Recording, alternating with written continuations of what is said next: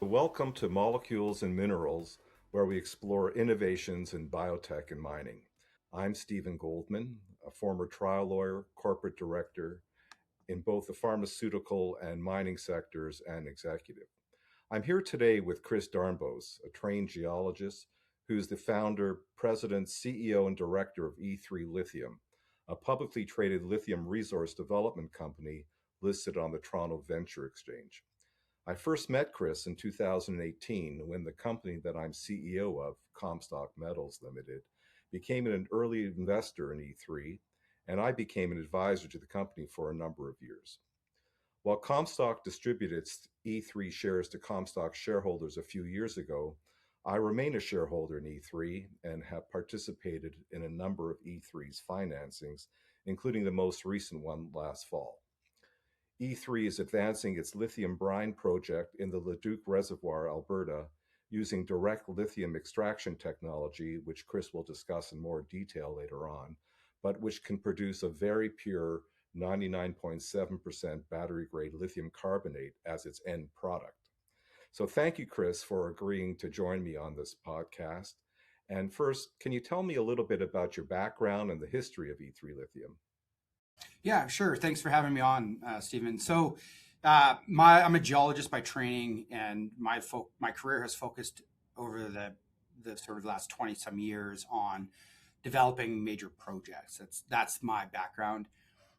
Early days, obviously, in a geological lens, from a geological lens, and then more so from a corporate and from developing the actual project. I've spent a bunch of time doing mine engineering and mine geology as well as exploration work, and from both a lens of minerals, so copper, lithium, lead, zinc, as well as from a oil and gas perspective here in Alberta.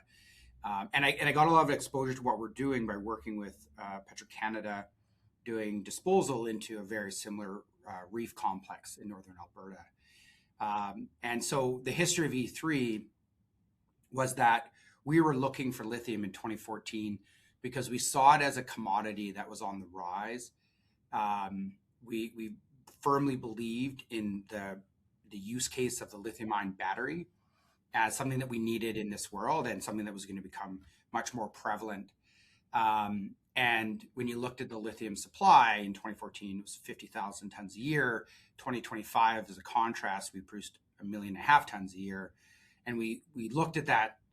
I don't think we anticipated it growing that rapidly, but we looked at the fact that lithium had to be brought on from new. There was opportunity, therefore, to find a good deposit and develop that deposit. And when we found lithium in Alberta, it made a lot of sense. And having the background that I did in these reef complexes, I understood the size of this opportunity. And so in 2016, we started picking up the ground and starting working on the technology. In December of 2016, we were working with the University of Alberta on a precursor of the technology that we use. And then 2017 we went public, and that was really to raise capital because in Canada, mineral companies go public early days relative to, say, tech companies, because that's the access to the venture exchange, which is where capital is. And so from there, I mean, the history of E3 has just been on two sort of pillars. One is the development of the resource. And in Alberta, after 12 months, any geologic data or reservoir production data is available publicly from any company. And so unlike hard rock projects where you might have to fly out to site to go relog core from an old project, here it's in Calgary at the core facility, and you can just book some time and go look at it. So it's very easy in Alberta to develop projects from scratch because the data is readily available. And this is effectively an oil and gas aquifer that was producing from the 40s. In the area that we're working in, it started producing in the 60s. It was owned by ExxonMobil until the 90s through their ownership of Imperial. And then they're running out of oil, so they started to sell it off. And so we're repurposing this very historic aquifer. It was discovered in the 40s, and it started the oil rush in Alberta, truly, in 1947, because it's a prolific world-class reservoir. Then the other side is obviously the technology. And that, as I mentioned, we started developing in 2016. And it's gone through many iterations, and we can dive into where we're at today. But the formation of this was in 2016. There were no technologies available for direct extraction. So we set out to develop our own. The landscape is very different now. And where it's really changed and where it's de-risked for all projects, including ours, is that you can buy the sorbents now from major chemical manufacturing facilities. And so that ability to just buy it as a reagent for your plant means you don't have to build a sorbent manufacturing plant before you build your lithium plant. You can just go source it, buy it by the ton, and have it shipped to site to use. And so what you really, though, need to be able to do this is a good process engineering team that understand that. And that's the benefit that D3's had, is that because we worked on our own technology, we have an in-house expertise. And one of the few true expertise in lithium, there are in direct lithium extraction, there are other companies out there that are just technology vendors that have the expertise as well. But from a company development perspective, who's got resource in trying to extract that, we have one of the most sophisticated direct extraction teams and facilities out there. So that enables us to sort of be first mover and get to the point where we're at now, which is, developing our final engineering through FEED to get this plant built. When I first met you and first invested in E3 back in 2018, I know there was skepticism about whether direct lithium extraction could actually work on a commercial scale. But here we are some 7-8 years later, and I know that, similar types of technology are now working at a commercial scale around the world. We have Eramet, we've got Rio Tinto. Can you explain basically how your technology works and why?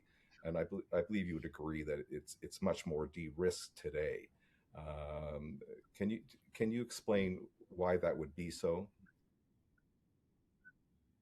Yeah, I think like with anything else, you think of like the analogies of new technologies like the cell phone or the touchscreen, the iPhone. When new technologies are being developed, it just takes time to perfect it, to get it to the point where you can commercialize it.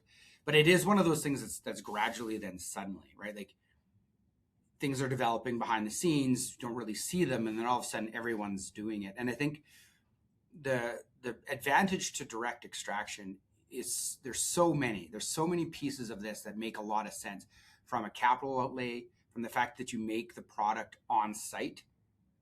You don't have to build a converter to take the, say, hard rock concentrate and make it into a lithium product. Your footprint is much smaller, your sustainability side, your water usage, your surface disturbance, all of those things just they stand out from a direct extraction project, especially when you're operating in a place like Alberta, where this is an oil and gas operation effectively, but you're producing what they call wastewater, right? You're producing the brine that nobody really cared about for the last 70 years in Alberta, and you're taking the commodity out of that. But we've been moving this brine in this area from this aquifer since the 60s, because the oil comes out with the water, and you would take the oil and separate it, and you'd put the water back down. That's effectively what we're doing. So like the risk profile of DLE outside the actual extraction piece is very, very low, and always has been, especially in a place like Alberta. And there are other jurisdictions that have that same low risk profile that are transitioning a producer from one thing to a lithium producer. From the technology development perspective, if we look at maybe just fundamentally, Stephen, how it works, right? It's attuned to a water softener or a chelating ion exchange system. We use these every day in the world to extract minerals or metals from water. Most of the time in water treatment, most of the time you're talking calcium, magnesium are the two things that people try to remove. If you have a water softener in your house, this is doing that every day. It's taking calcium out and it's replacing with sodium to make your hard water soft. So that process is not that new. But what has been needed is a sorbent, is what we call it in this particular process, that is selective for lithium. And that has been around since the 70s, and FMC, then Livent, now Rio Tinto, were the first to truly use what we call illuminates to do lithium extraction, except they were using it as a cleanup. And the technology that sorbent has come a long way in the last even 5 years. But one of the key pieces to the sorbent isn't so much the sorbent itself, although they have gotten better. It's how you use that in the system, how you move the brine around, that enables you to get the selectivity and enables you to get lithium out at the grades that we all have. Like a direct lithium extraction project ranges between 50 and say 300 or so, 400 milligrams per liter. Most of them average, you'll see high grades being advertised, but most of them average in around the 100 to 250 in that range. And the reason that we're able to make this work at E3's grades at 75 is because we've developed a process that enables us to achieve 95% recovery, regardless of that 75 milligrams per liter. And the capital to do this really sits in the additional brine we have to move. But in terms of the extraction and the ability to get the lithium out, that's all process design. That's just engineering. And so when you think about this, we've developed a 30-column system. And that's demonstrated now. We turned that on in September. And that operated, and we were able to meet spec. We were able to make battery-grade carbonate, as you mentioned. And so the prove-out was that we designed that system with vendors for our pre-feasibility in late 23 and into 24. And then we took that design and we scaled it down. And we built a replica of that for the demonstration facility. And that was fabricated in 25 and turned on. And really how it works is that you have 30 columns and a series of them are extracting. And when you look at the nuances of that, there's columns that are fresh, rejuvenated sorbent. So we just stripped the lithium off. It's got no lithium on it. And then you have, and let's say you have 15 in a row, just as an example. Column 1 would have fresh sorbent, 0 lithium attached to it. And column 15 would have, say, 95% loaded. You have 5% left of availability to extract lithium. And so the way you run this is you actually push the brine through these in a series with the raw brine at the highest grade in the sorbent that's almost full, and the brine that's almost out of lithium in the fresh sorbent that has no lithium on it. And by doing that in a continuous cycle through the 30 columns, you're able to always be extracting at high efficiencies. And that's how we've designed this system. And so the nuances of that and how we cycle, the timing of the cycles, how we rinse to get the purity, all of those things is the know-how that E3 holds, is the design of that system. And that happened in 2022 when we switched from our sorbent and started testing these available luminates. Now we have 7 in our lab that we are validating through our own internal validation process to go to RFP. So at some point in 2026, E3 will go to tender for a sorbent for the commercial facility. And so we're testing them all ahead of that, so we know what the performance is, so we know how to rank them when they tell us how much they're going to charge us for them. And that's just a reagent that we'll be adding to the plant, obviously. So it's just one of the various RFPs for equipment and supplies that will go out for the commercial facility. And we announced in October an agreement with Axens. And Axens is a French company that is supplying commercial lithium to commercial plants today.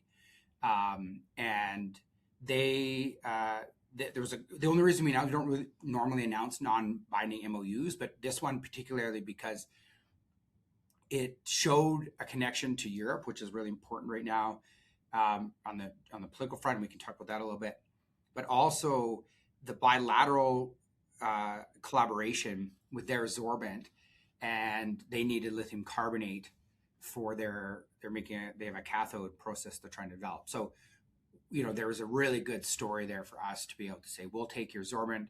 You're one of the few that's actually producing it commercially, like using it commercially today, because there's not that many commercial plants, as you just pointed out. And they'll take our carbonate. So, when you're looking at the landscape of these sorbents, the leaders were in China because that's where they started developing these processes and systems. But as sort of time has gone on, more and more chemical companies, because this is aluminum hydroxide, a lot of chemical companies make aluminum hydroxide for lots of applications. And so it wasn't a big job to transition that into making it for lithium.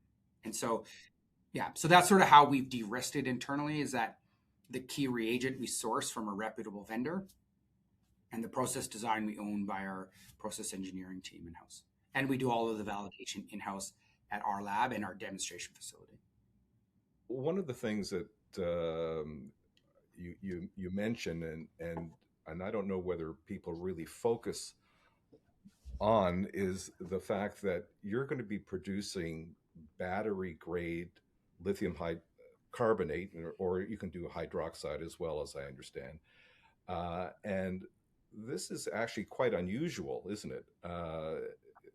Like, how much actual refined lithium hydroxide or carbonate is actually produced in North America?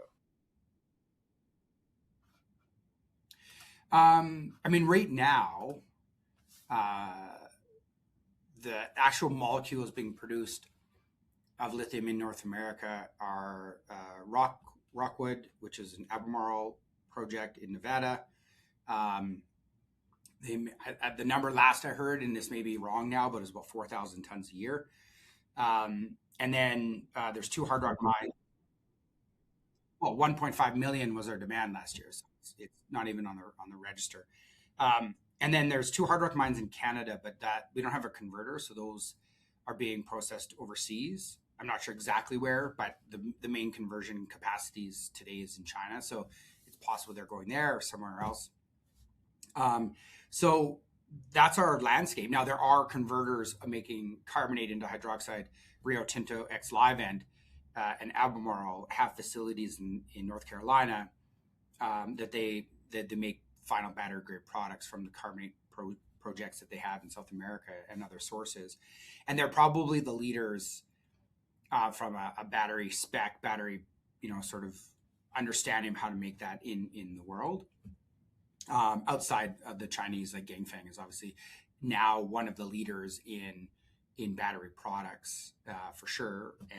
The Chinese company Ganfeng. So, but the landscape is pretty narrow in North America, and nobody in the hard rock realm outside Rio Tinto, like if you look at a proxy, so Frontier Lithium is a good proxy to us.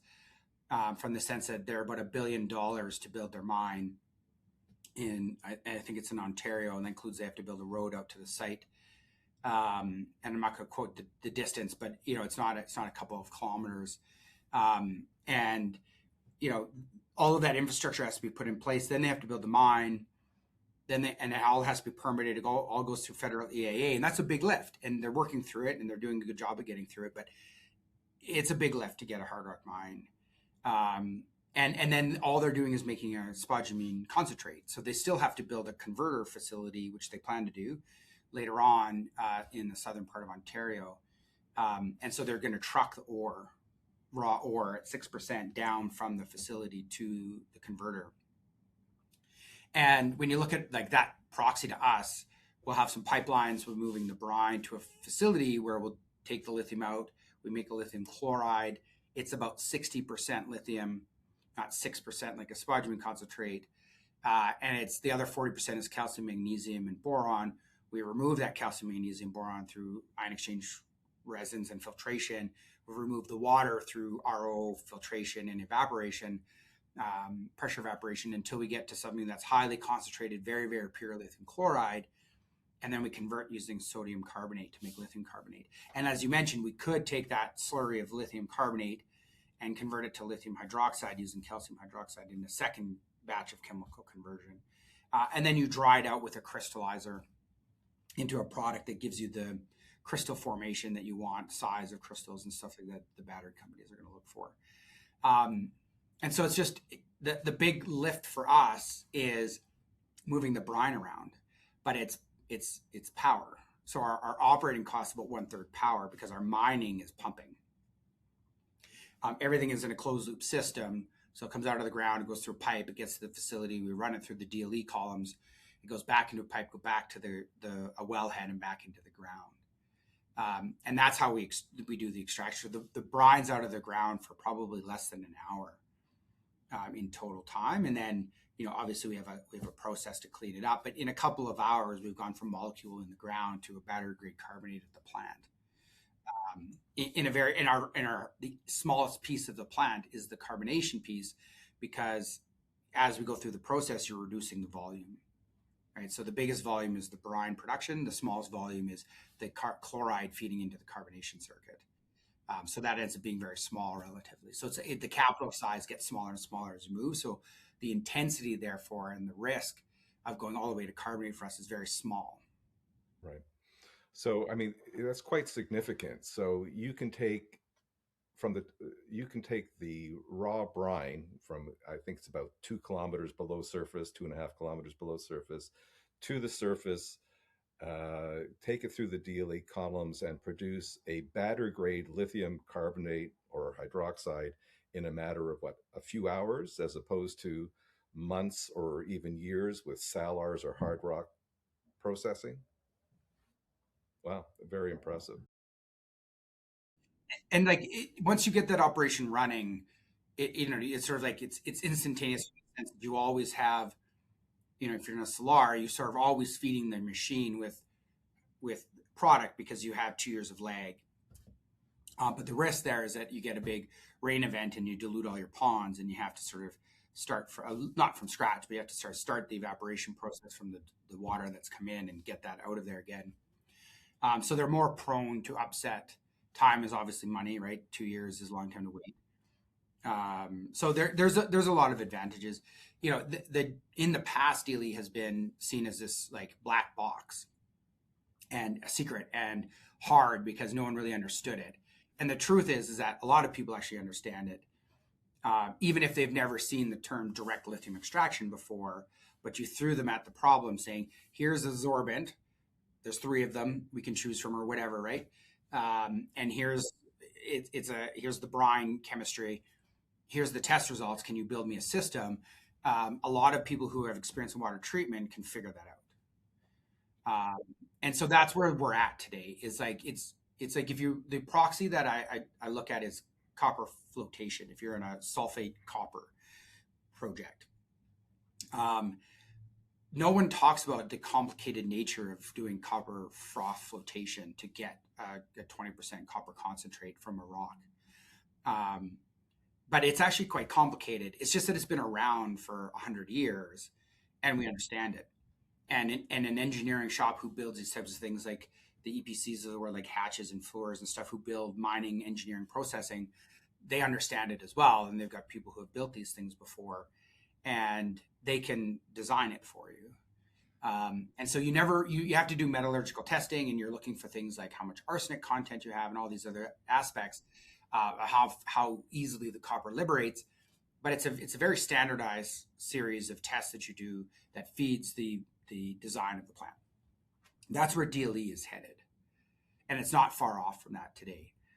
If you look at Coke, who's invested in Standard, and the CEO of Standard is now an ex-Coke employee, that's effectively what they did. They got a license for sorbent. They designed a process around it. It was Coke engineering. They're just an engineering shop. And they figured it out, and then they deployed it, and they're actually out deploying technologies they've sold it off to Aquatech now, but they were out basically just selling their process design around a sorbent that was licensed. And that's where it's going. Like in years to come, you're just going to go to these engineering shops, and they're going to just design you the system, and they're going to give you a suite of sorbents to select from that they can test. And that like the realization of that, I don't think the market's quite seen, because the proof is always in a commercially operating plant. And so the more of these, like Vulcan, they're financed now, they're building. Standard Lithium's got their fees out, their definitive feasibility. They're out, looking for finance, I would guess, to try to get there, and permitting to get their project built. So the more of those that come on stream, the more you see the prove out. The sort of broader market will see it. But underneath that right now today, like, we're not worried about the technical risk of DLE at this company. We still have to design the commercial system from PFS to commercial. And through the work we're doing right now on the demo, that defines a lot of the parameters. but the design from PFS is not changing to feasibility. It's 30-column system. It's the process optimization that's being continually updated and improved. And that's basically the control system. So that can be changed at any time because it's timing of flow through the system. So it's when the valve turns on and off. It's what the pump rate is. And, a lot of that can be, to some degree, can be manipulated even when you're commercial operations. So you can be continually fine-tuning your recoveries and your operations as you go if you develop a system that's flexible to do that. And that's what we're doing. And that means we can put multiple different sorbents in through time if we need to change out the sorbent. So it'll be flexible enough to use, within some range, any sorbent that's available. And we'll know that range, and we'll know what sorbents fit in that range from all of the work that we're doing right now. So, and that's all the de-risking right now the D3 is up to. Because eventually we're going to have to go to project finance. That's a bank loan. This is like a midstream sort of deal where you have we'll have binding offtake for X number of years, guaranteeing prices, which gives you the bankability of the project. Therefore, a bank will give you a certain amount of debt financing, and they'll hire an engineering firm. And based on their risk assessment, they'll give you, a set of terms and a percentage of the project of finance. So the more you de-risk it for them, the better terms, the more you can get. And so, like if you look at phase 3 of our demonstration, that's purely for the banks that are evaluating this to show them that we can de-risk this from a single commercial size, one commercial column that we're going to operate, and they can see that data, and they'll be able to de-risk that a little bit further. But that's really, and they hire an engineering firm and they go through all of our details intimately, and that's standard course if you're going in a project financing. So, a lot of what we're doing now is more gearing up for that than it is for our own prove out, because the design, like I said, is there, it's solidified. Well, before we continue talking about the DLE aspect and where you are in terms of getting towards commercialization, we actually hadn't talked yet about the fact that you've got the largest lithium resource in Canada. And as I recall, it's 21.2 million tons measured and indicated. And I believe that ranks as one of the biggest lithium resources in the world. It's definitely, it's big. That's between our Garrington and our Bashaw. It's 40% of Canada's M&I for lithium that we hold, 40% of all of Canada. So I think that's really the big opportunity for E3. Like, walk before you run. So we're going to start with a 12,000 ton plant. That's going to scale to 36,000 tons. The permit for that is submitted. So we can talk about the permitting process in Alberta, but we're provincially regulated, 100% provincially regulated. So, we're going through the permitting process right now. That permit will get us to 30,000 tons. And then if we want to go to 36, we'd need to put an amendment in. But that's going through the process right now. So we'll start with 12 though, because it's a reasonable size. It's a reasonable CapEx. We are pre-revenue. We have to be concerned about that side of things. So we scaled that. That's also why we went to carbonate in the first plant, because the market for carbonate-based batteries is growing, and it's cheaper for us to make a carbonate than a hydroxide. Just because you go carbonate first, you can cut off some of your CapEx and your OpEx. I think that eventually we will make a hydroxide. I think adding a converter facility, this converter facility may actually, one of the concepts is that it feeds Alberta. So we build it, but it's big enough that we can bring Alberta other products to it, or Saskatchewan, like bring in the Western Canadian. Because I don't think we need lots of conversion capacity to hydroxide in Alberta. We probably need one that's big enough to bring all of the projects together. But that's not project one. Project one is simple, which means one product. It's smaller. It's 12,000 tons. It enables us to get the ball rolling, because the first plant is the hardest one to build, right? In terms of financing, all of those things. The next ones are very easy, relatively, because you have, you're building on top of your success. So you've de-risked that significantly. You have your own revenue. banks love it when you actually have your own credit rating, which as a pre-revenue company, you don't really have a credit rating. And so that sort of supports as well the growth. And we do plan to be aggressive in our growth once we get the first one running, because the market is aggressively growing. And there's a big push right now, and it's happening this week in Washington. There's a big push right now to bring in like a Western sort of like production alliance. They call it in Canada, but I think they have different words for it in the United States. But it's an agreement amongst the sort of G7 plus to buy minerals in real world fair market environment, which is like price floors. They talk a lot about price floors, and the concept of that has been floated in Canada for a long time. It's been floated in the U.S. And in recently was the recommendation of the 232, and now they have, I think they call it Project Vault, which is stockpiling, and that whole stockpiling is about putting price floors in to support it, support these projects in to support a Western sort of supply chain. And whether how you feel about the deglobalization of the world right now, there's pros and cons to it. But from the perspective of a domiciled North America Canadian project for lithium, that's one of the few that's going to be operational at a battery product before the end of this decade. That's advantageous to a company like us, because there's a lot of inertia right now to get critical minerals domestically. And if you are a company that can do that, and we're not talking, and they talk a lot about processing and the need for processing. The reason is because the majority of hard rock projects, mining projects, don't make the final products. They make a concentrate that has to go for refining, and we don't have the refining capacity. So we process. So you can look at E3 as having the raw material and the process built in. So we make the battery product. And so there's a lot of inertia, therefore, for projects like ours to get off the ground. And the federal government of Canada has put a bunch of capital together. And we've seen a precursor of the sovereign wealth fund that Canada's put together, and what they're planning to do to that with that $2 billion. And it's all around this same concept of like supporting these projects with price floors or contracts or that sort of thing to ensure that that the fair market price is there so that projects can get built.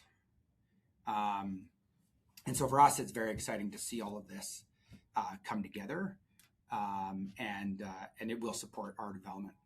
I know that over the years you've been quite close with both the governments of Alberta and the Canadian federal government and received funding from both levels of government. Can you tell us a little bit about where that is, where you are with kind of your government relations, and where do you think perhaps future government funding might come from?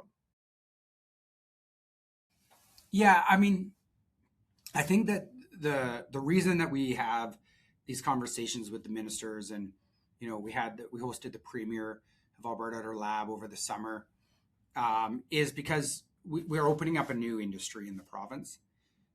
There are others working on this. Saskatchewan's also working on this, but I think when you look at where E3's at, we're definitely the tip of the spear in terms of getting an operating project off the ground. And we're one of the few, again, that can be operating a battery product this decade, which means in our current federal government's term.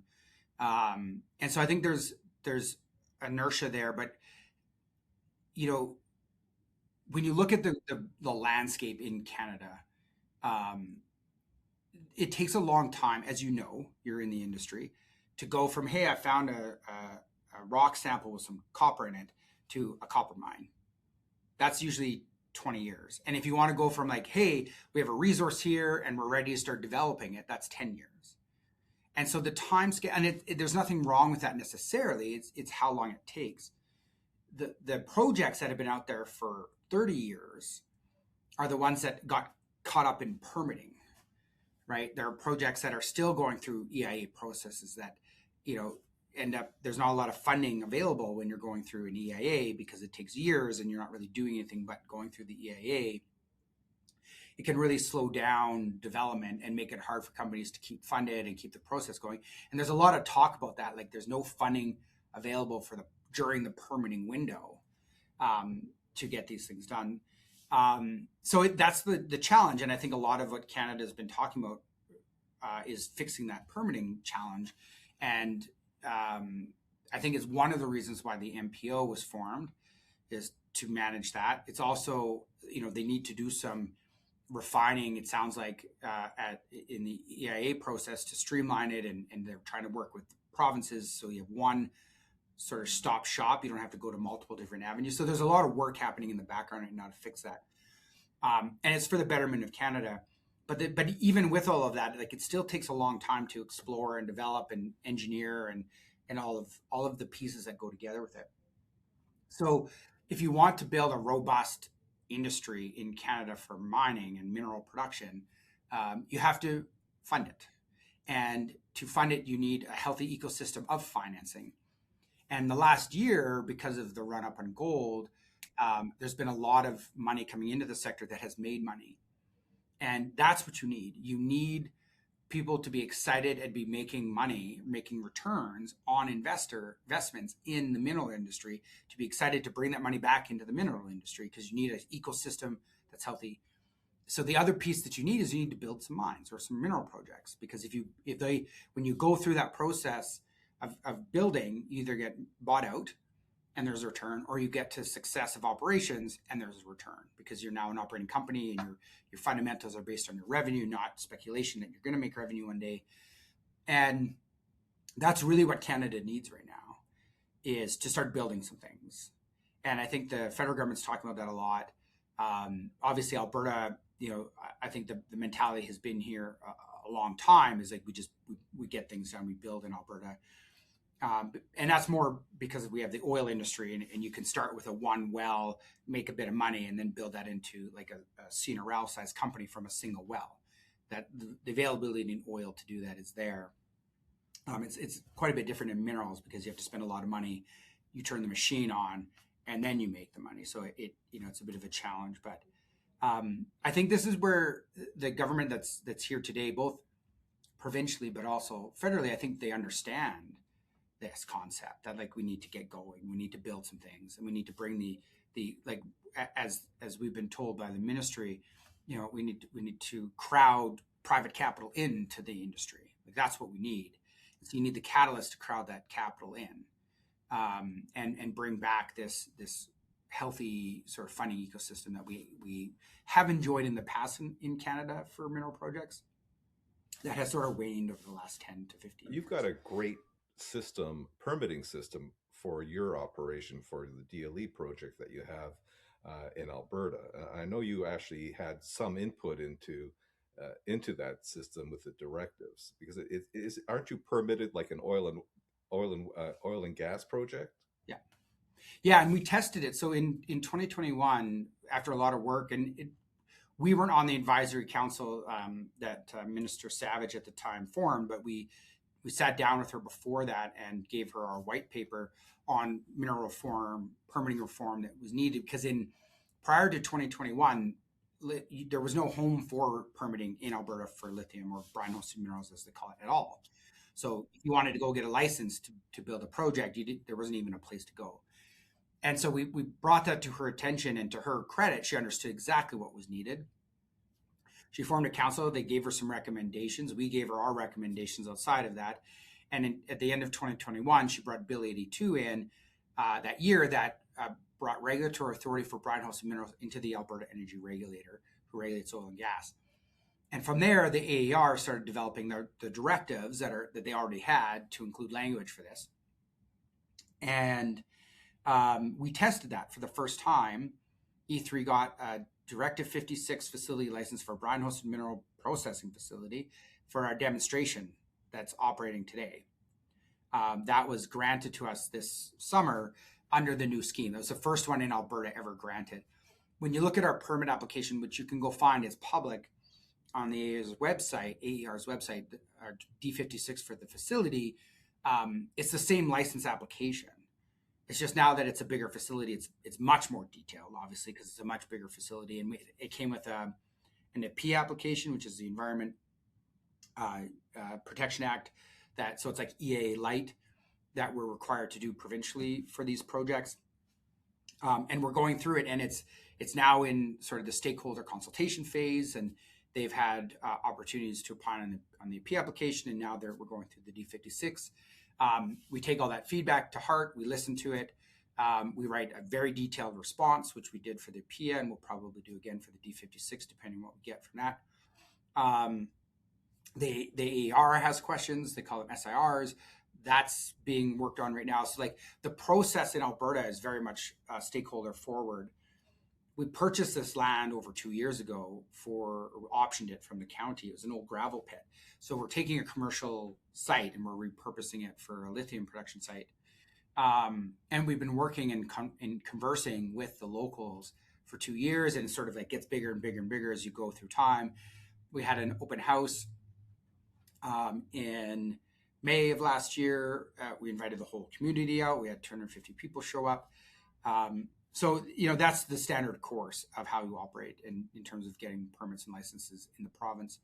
And then at some point, there's a determination by the AER. It can go several different routes, but eventually they make a determination.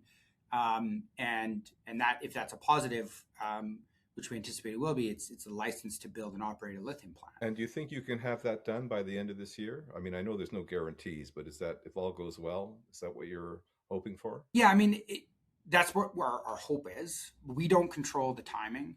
If you go on the AR's website, they'll say that a P application review takes 6 months.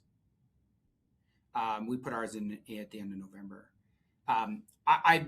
I think it's ambitious to think the AR in a facility like this, it's still somewhat new, is going to be able to do it in 6 months. And we've been clear to the market, like, don't anticipate them being able to meet the timeframes they normally put out because it is new. So we're sort of saying 12 months is our best guess. But again, we don't control it. We're going to go through the process that the AR has laid out at each step, and we're going to participate with the community as we need to through each of those steps. But that's how you do it in Alberta. There's no guarantees, but if all goes well, you're cautiously optimistic that you'll be fully permitted by the end of 26. Yeah, so there's the facility license, which is the big one. It's the one that has the environmental application attached to it. The rest of them there are other licenses we require. We require a well license for each of the wells we want to drill. We require a pipeline license to connect those wells together. There's a municipal license or zoning for the plant, which is already zoned commercial, but we still have to get that building permit. So there are some smaller permits as well. And then there's all these sub-directives that you have to apply for, like your ERP and there's Directive 17 is how they meter the lithium. Like there's all these little ones too that sort of dovetail into the main one that we work through as a process. So our goal is to be shovel ready by the end of this year or early next year.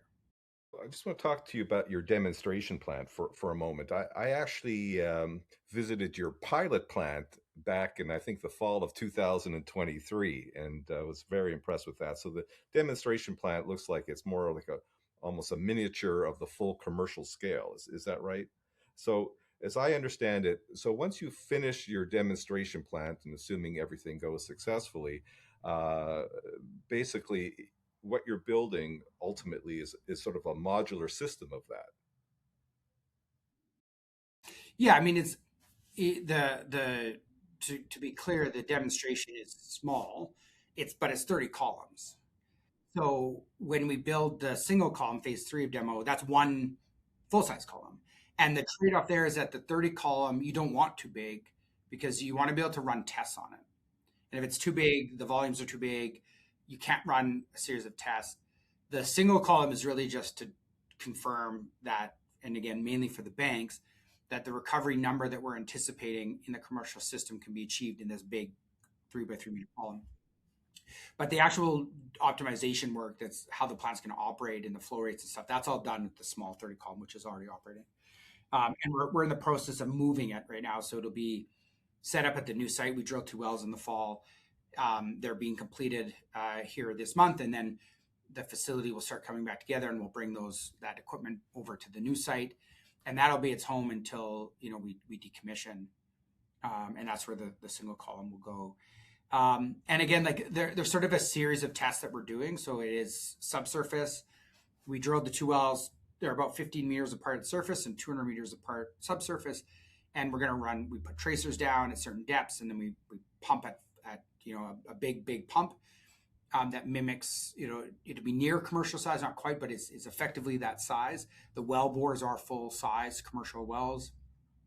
And we'll watch these tracers move through the aquifer. And when they hit the well, we understand timing, and it gives us a lot of information about the different flow regimes subsurface. That's very granular data.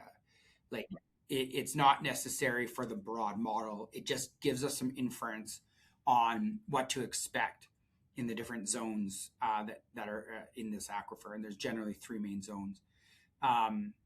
Then we also have entrained gas, so our pre-treatment. And when you look at cost of projects, where they really start to fall over is in the pre-treatment step.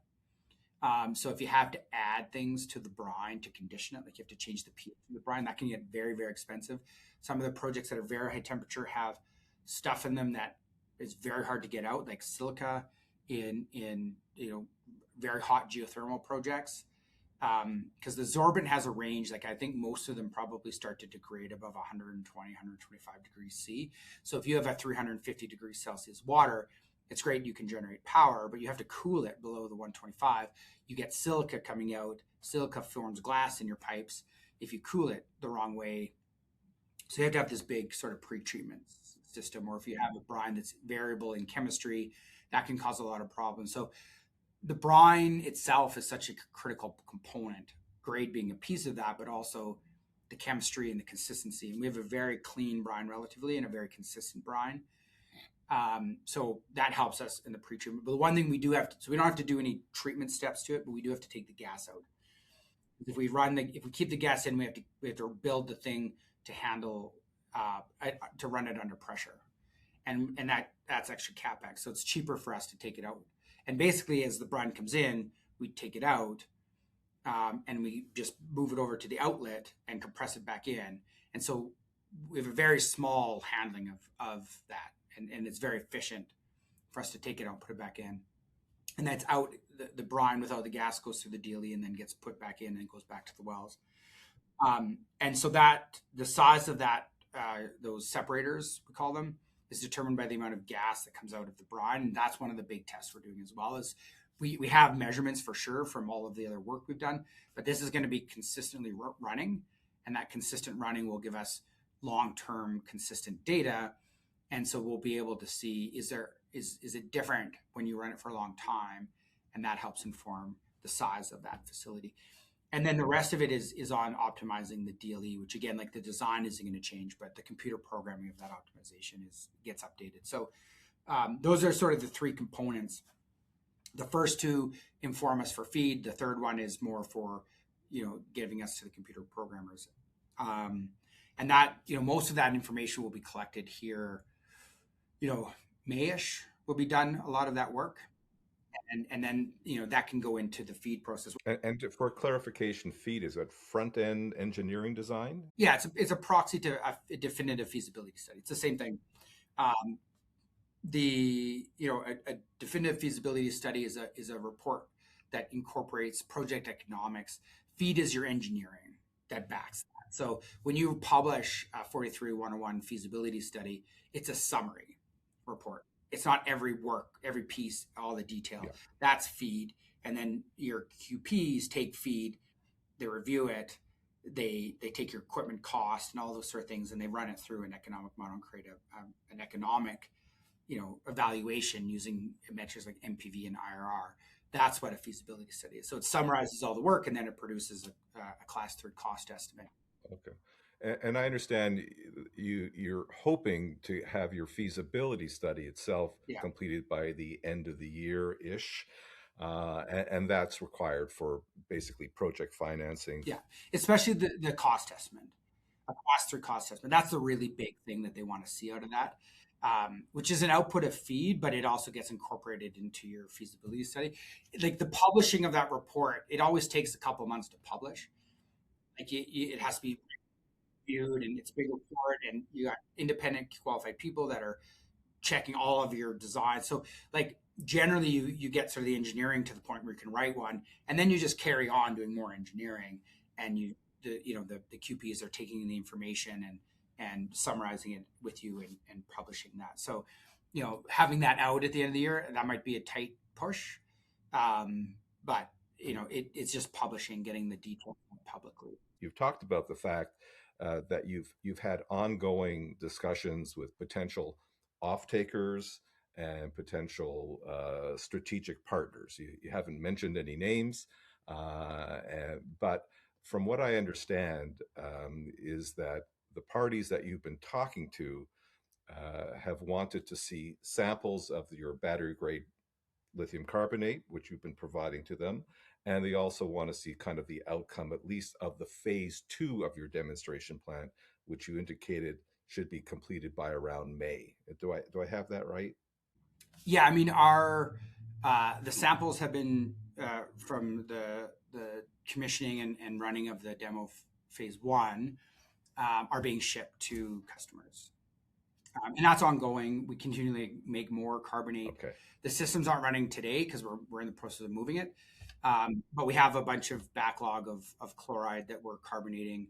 And we're continually sending, in half-kilogram lots. Some people are taking multiple lots, but, we're packing them in like containers about this size, about a half kilo.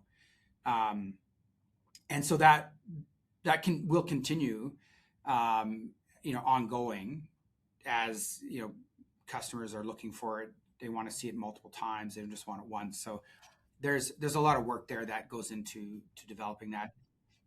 The broader, like getting a strategic in or offtake, it's more tied, I think, right now to if you are making a battery in North America today, your cathode is coming out of Asia, Japan, Korea, China, largely lithiated with lithium from China in their processing, because they make 75% of the world's lithium today. And the Chinese have been, like, they've done an amazing job at scaling LFP. They're, and other chemistries, but the LFP's cells coming out of China are fantastic. They've really, really pushed it to the max of what you can get energy density wise out of these cells. So, it's a challenge that the from a local supply perspective, that the U.S. and Canadian federal governments and Europe as well, and some of the other countries understand, right? That like the loophole right now is that the cathode's coming in, because we don't have a ton of cathode production in North America. The cathode's coming in for these batteries lithiated already. And that, when you look at the 232, that's the derivative products that they talk about. Like they're ensuring that there's sort of mechanisms to support local supply, including the derivative products, which is vis-a-vis, in this case, cathode. And so I think that there's that global sort of push to diversify supply chains and ensure that there's local supply in the mix, because we're never not going to be buying products, I think personally, out of China for batteries or battery products. But having a local supply is a big push for governments to de-risk. A lot of the Chinese lepidolites underwater at the prices we saw, and most projects in the world at 8,000 a ton, which we saw back in May, June, are underwater. So the real price being paid for products under direct sale contracts, even at the lowest of low last year, was still, importing into Japan, as an example, in August at 17,000 a ton, even though the Chinese spot price was 8.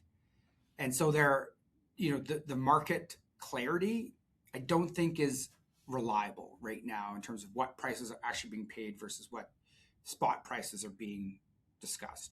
So are you able to, without mentioning any names, are you able to discuss what level of pricing is being discussed and generally out there? Because I mean, you're the one negotiating with these parties, and people, investors, really don't have clarity into that.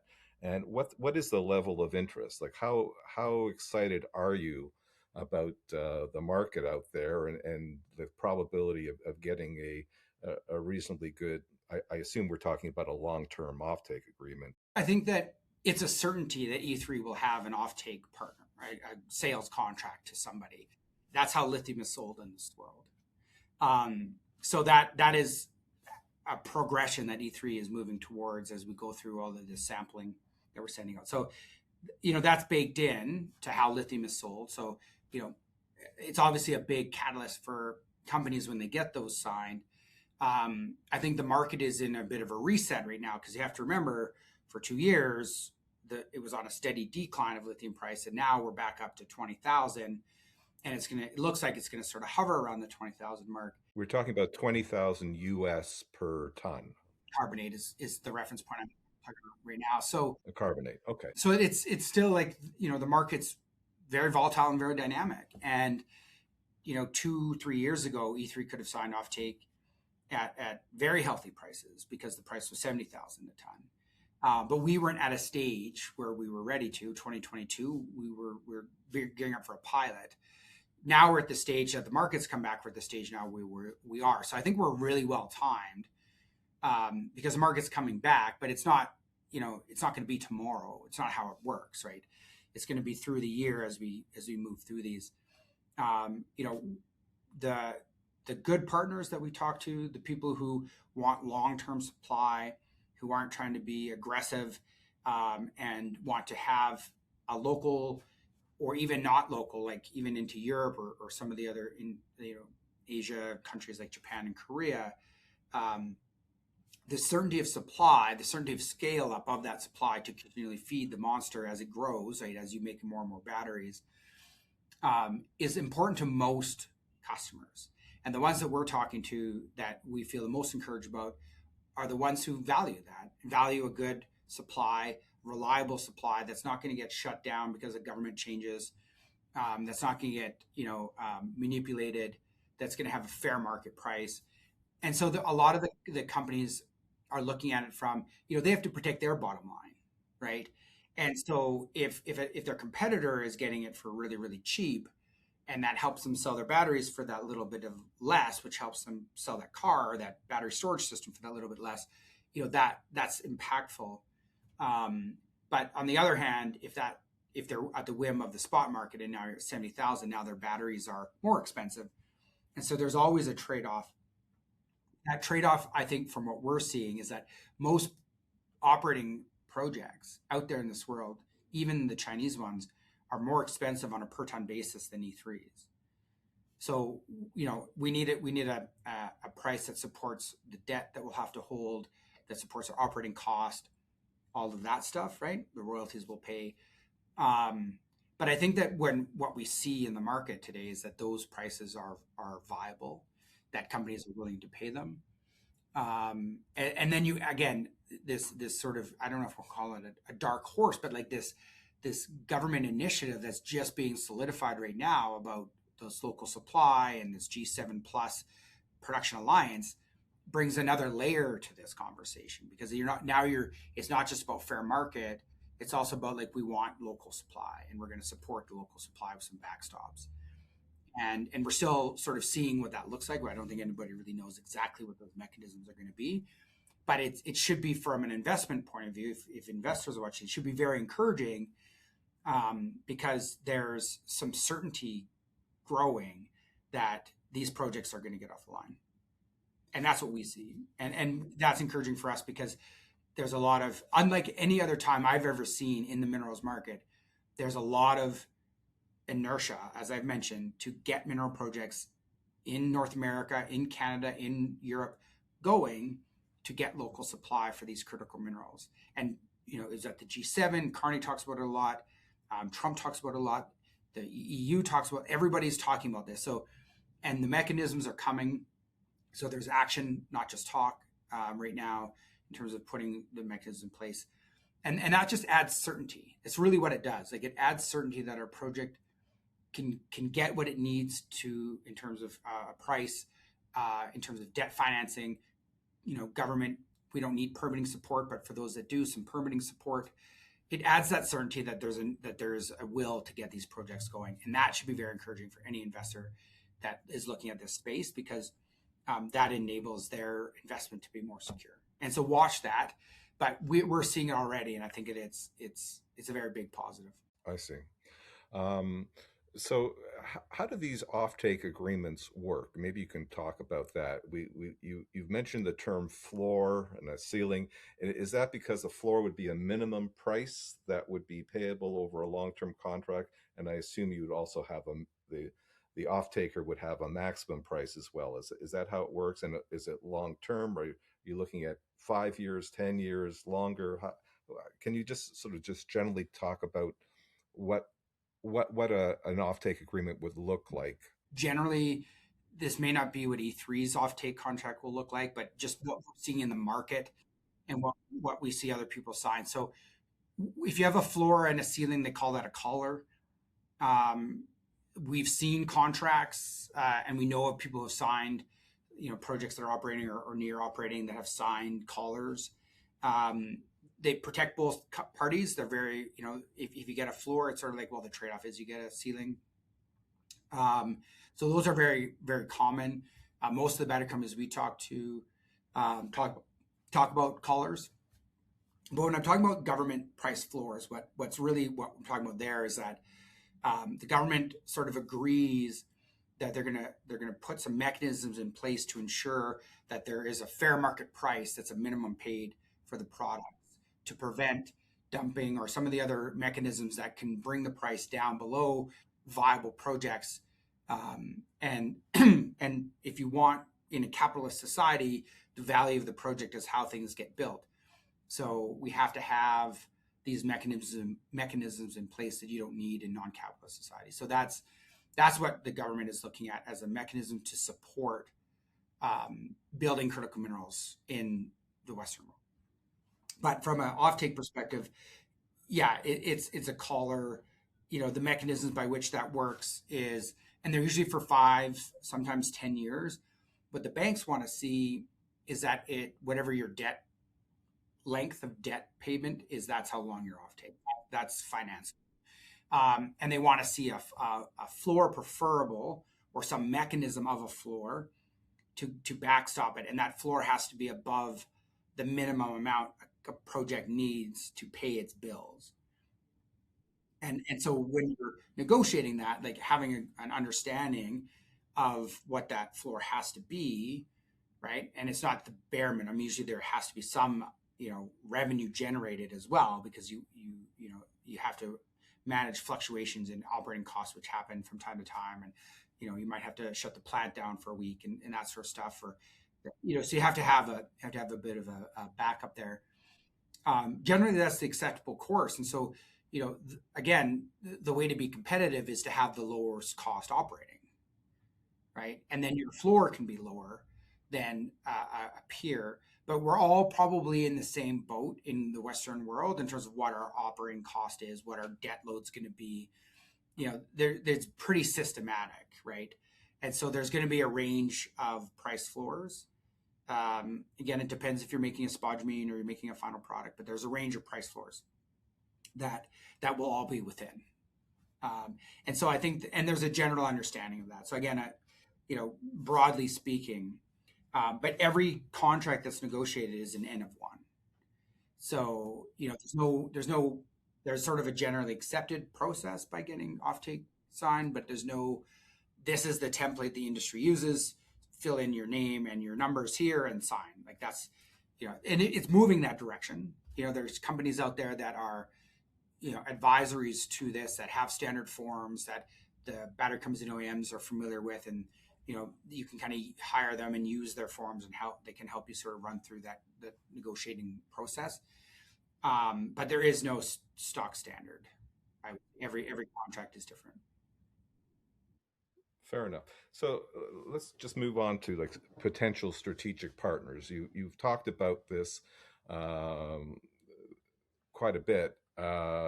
Again, no names, but can you?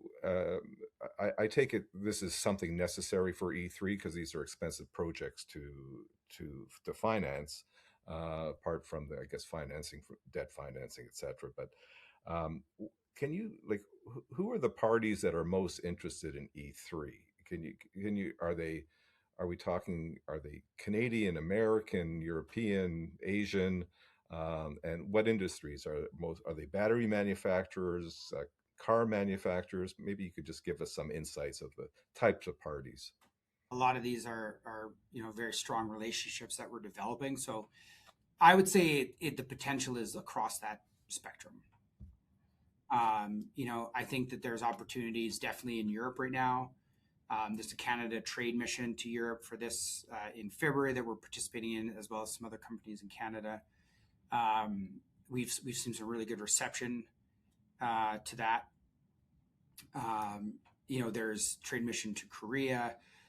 There's a lot of push right now for Korea through some of the procurement activities that you're seeing.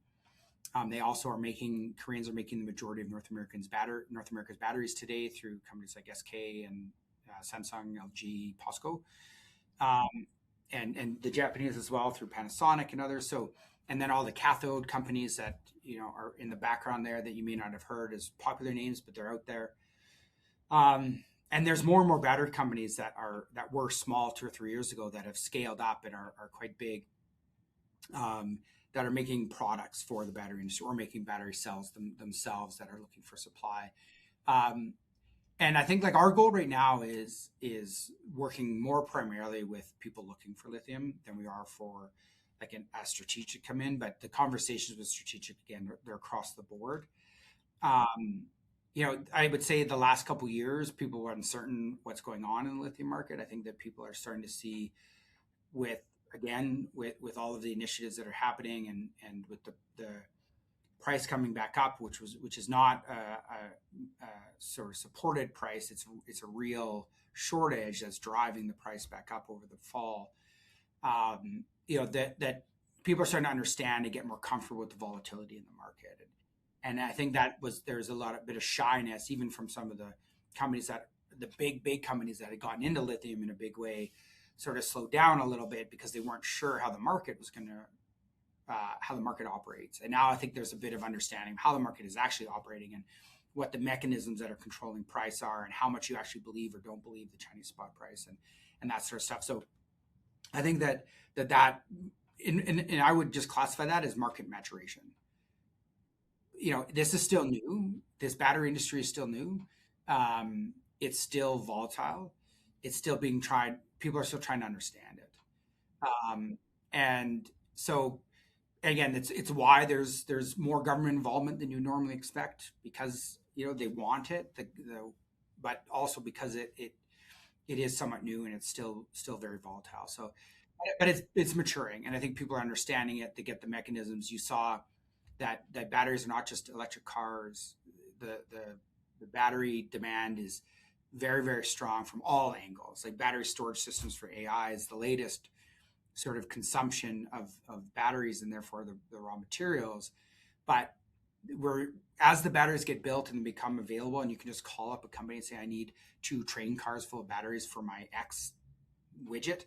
Then that availability local, especially, that drives more and more people to use these in their products and build products around them as well. And that's the thing that, I don't think that we really count for, is that there's a generalized movement because of the density that you can pack into these things now, that you're electrifying things that are just standard course, normal day-to-day things, like generators on work sites that are, remote locations that you'd have to run a generator to run your compressor for your hammers and your nailers and stuff like that.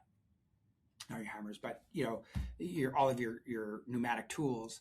And now it's batteries that are doing this because they're getting cheap enough. You don't have to. You can charge them. You can move them. You can haul one in, charged in the morning. You can bring it home. You can charge it overnight. You bring it back in the morning. It sits in the back of your truck or on a trailer. So those sorts of applications that are becoming more and more prevalent because the batteries are getting cheaper is sort of the mass movement that it's hard to pick that apart and say this is the size of that industry, or these combination, these 500 industries are going to have, but that is a natural course. So again, it's all about maturation, and we believe that this is a product of the future. We can do it easily in Alberta relative to other places. We can make it cost competitive relative to other places. And we can permit pretty quickly in Alberta relative to other places. And we have a workforce that knows how to build this local, that will drive from their homes to this place. You were surprisingly close to highways, and having been out to your facility back in fall of 23, you were quite close. Was it called Olds, just north of Calgary? Yeah, we're outside Olds. And the thing is, like, we have a 240 kVA power line that's literally 100 meters from this project site. Yeah. Like, we don't have to build a power line in a road 100 kilometers to get to this location. It's there. So, we have all of the things set up to do this and execute very quickly. And that does set us apart. That does support our ability to, get this project moving faster, therefore get the interest in the project. Again, we're going to be one of the first in North America, not the first, but one of the first to make battery grade products commercially, of the new sort of, not expansion projects, but of the new projects that are coming on stream. So, and that does, it supports this. And it's been our thesis that that's the important part, is that, there's a moment in time right now where this is the talk. It's critical minerals and we need it. And so if we can get our project operating while that is still the case, there's a lot of opportunity for E3. Fantastic. So just a few more topics quickly. So I know your policy has generally been not to announce any agreements that are non-binding. I think we refer to them as non-binding MOUs, memorandums of understanding. But are you able to tell us whether you've entered into any of these non-binding MOUs in the past 6 months with any potential off-takers or strategics? No. We keep that pretty close to our chest because we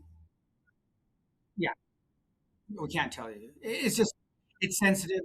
It's corporate sensitive, commercial sensitive. Like, we're just, they're not material agreements. They're non-binding, but they're relationship building. And so we keep them close to our chest because we're building those relationships with these companies that take time to develop, especially like you talk about and I'm not saying that we have one with the Japanese company, but you talk about, doing partnerships with Japanese, we generally refer to as getting married to Japanese companies because they, once they're in and they work with you, but it takes a long time to build a relationship and build the trust. And so, and that's what we're looking for. We want long-term people, companies that support the project, that are looking for the product or have, the marketing companies looking for the product, whoever they are, that there's an interest in what we're trying to make. And there's an interest in a long-term relationship to support the company. And when you talk about strategics, like, that's how we think about it. It's like, is it someone buying 40% of the company? I don't think so. It's more just like bringing those companies that have some tie to needing lithium. And that tie is not necessarily directly, but generally that's the first sort of interest point. And then you build a relationship into the point where you have something that is of value between both companies, and then you go forward and execute on that. And we're in discussions for sure with lots of different companies, but they will come at the right time when it makes sense for E3, when it makes sense for them. And we're not rushing it because we're not trying to get a story out to the market, to the street. We're trying to get the right partner in that supports the company for the long term, because our goal is to build this thing. That is what we're here for. We're going to build a lithium process facility, and then we're going to expand that facility, and we're going to become a world supplier of lithium products for the battery industry, and maybe even get into the battery vertical themselves with doing things like we are with Pure, which is a long-term Pure Lithium. Yeah. So that's like the long-term vision, right? Like, that's not going to be plant number one by a long margin, but it enables us to find opportunities to climb into that vertical, because we see this as there's so much opportunity because this industry is still new, that we're not wedging people out to get in. We're just filling in gaps to get in. And when those gaps form and you can fill the gap, it's a lot easier than trying to wedge in to something that's well established. So there's lots of opportunity, and we're at the forefront. And so we're able to see those opportunities. We're able to capitalize them. But again, focus is the number one thing because, you know, when you look at companies that have failed, even recent ones in the battery industry, it's because they lost focus. And right now for E3, our focus is a battery grade lithium carbonate facility operating outside Olds, Alberta. And all the other things that we're doing that are going to create value in the long term are second priority to that goal. And so they'll never supersede that. We won't deploy more capital to those other things. We have some really cool irons in the fire in a lot of different avenues.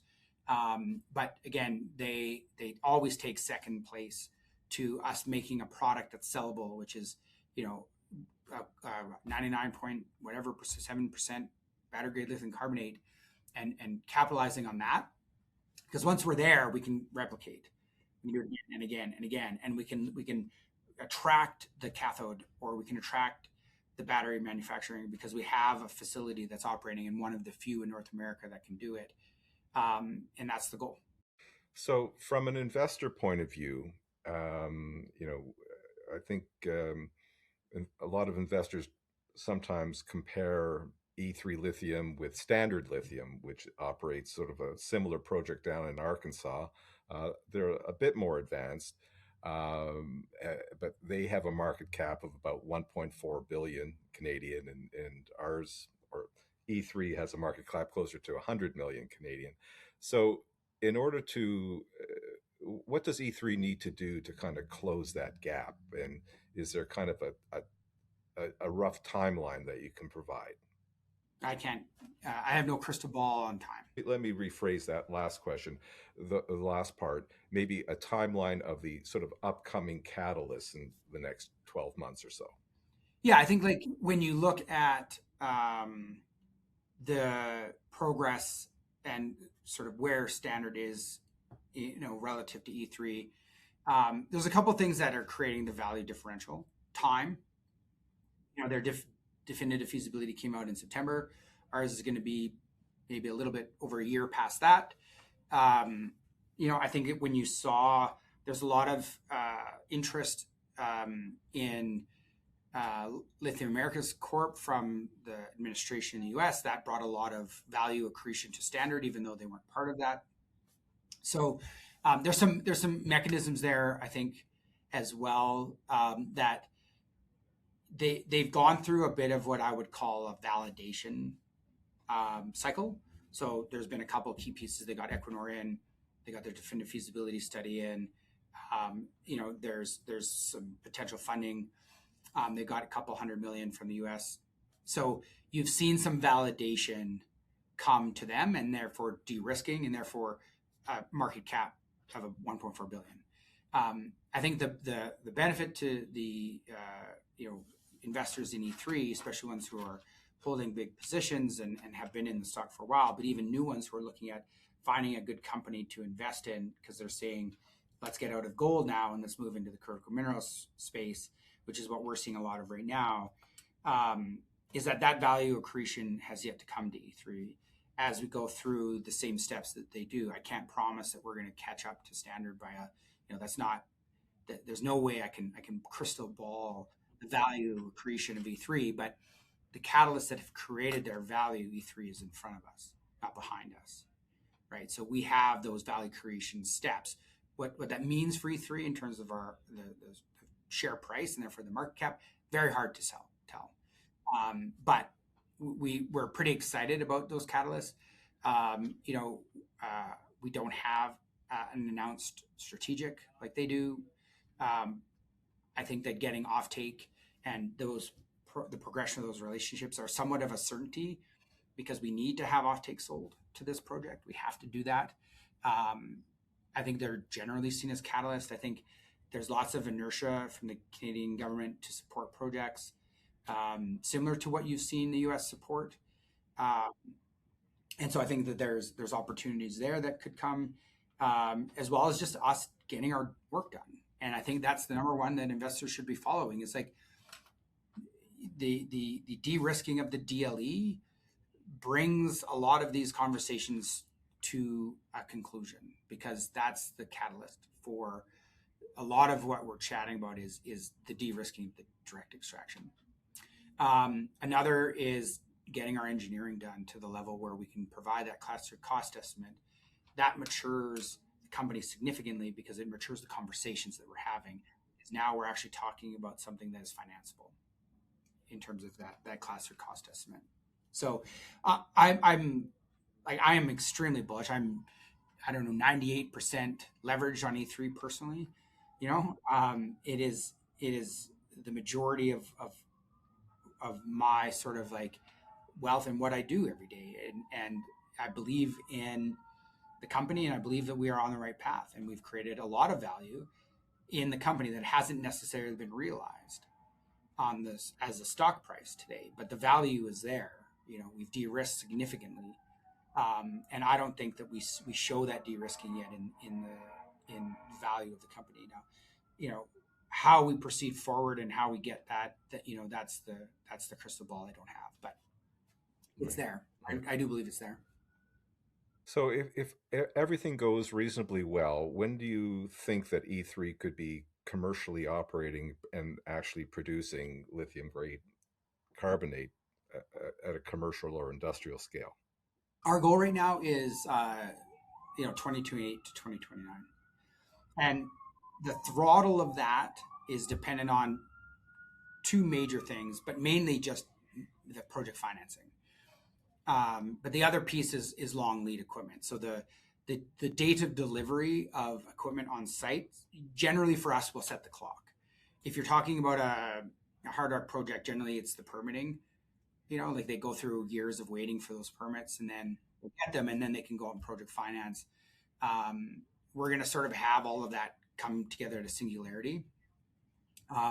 And so the speed at which we can go is determined by, can we get a letter of credit to put down on a transformer for our power, that sort of stuff. And if we can get those, and there is appetite for those, but obviously I can't guarantee them, and neither who we're talking to, like ECAs and stuff like that, they can't. But if we can get those, that moves the clock forward. And if we can't, then it's it's sort of 2028 is best case if we can get all of these equipment ordered, and 2029 is like we had to wait till the full project financing wrap comes around, and then you can go put the deposits on, and that is a bit later on in the project cycle. So we're trying our best. We brought in a new CFO in July, Brian Newmarch. He's fantastic. He gets this, and a large part of what we're doing right now is circling the wagons on these things, because that has the biggest impact on timing. Chris, you've been so incredibly generous with your time. And as you know, I'm pretty excited about E3 and what it's doing. So I hope we can do this again later this year after a few other things happen within the company. And thank you again, Chris. Thanks for having me on. Thank you so much for joining this podcast. You can also find links to our socials and to the corporate presentation of E3 Lithium in the appendix below.